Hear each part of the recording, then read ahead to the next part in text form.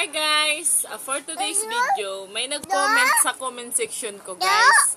Nag-request siya na mag-Tagalog daw ako sa akon mga vlog kay kawawa daw sinda ng mga Tagalog na hindi daw sinda nakakaintindi ng Bisaya. Ko yung mas batin nyo ba?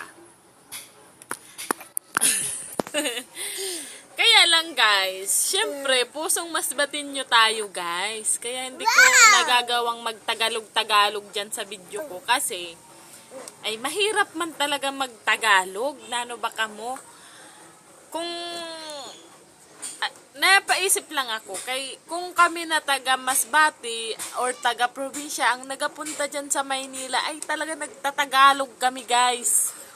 Nagtatagalog kami para lang maintindihan ninyo. Ngayon, ako naman yung nagbablog lang na nire-requestan nyo na mag-Tagalog. Ay, kayo naman mag-adjust. Intindihin nyo naman kami ng mga Bisaya. Di ba, Beno? No? Oh, no, Bisaya. Ay, no, Tagalog kasi. Bisaya kami ni Nunoy. Ano, Noy? Oh, ko.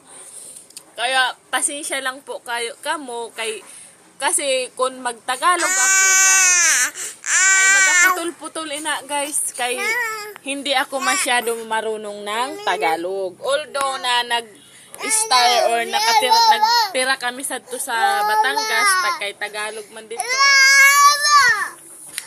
Hindi ko guys sa inyo mapapangako an 100% na magturo Tagalog ako didi. Kay pusong mas batin nyo po ako, mas batin niya Bisaya po talaga ako. Yun lang. Thank you.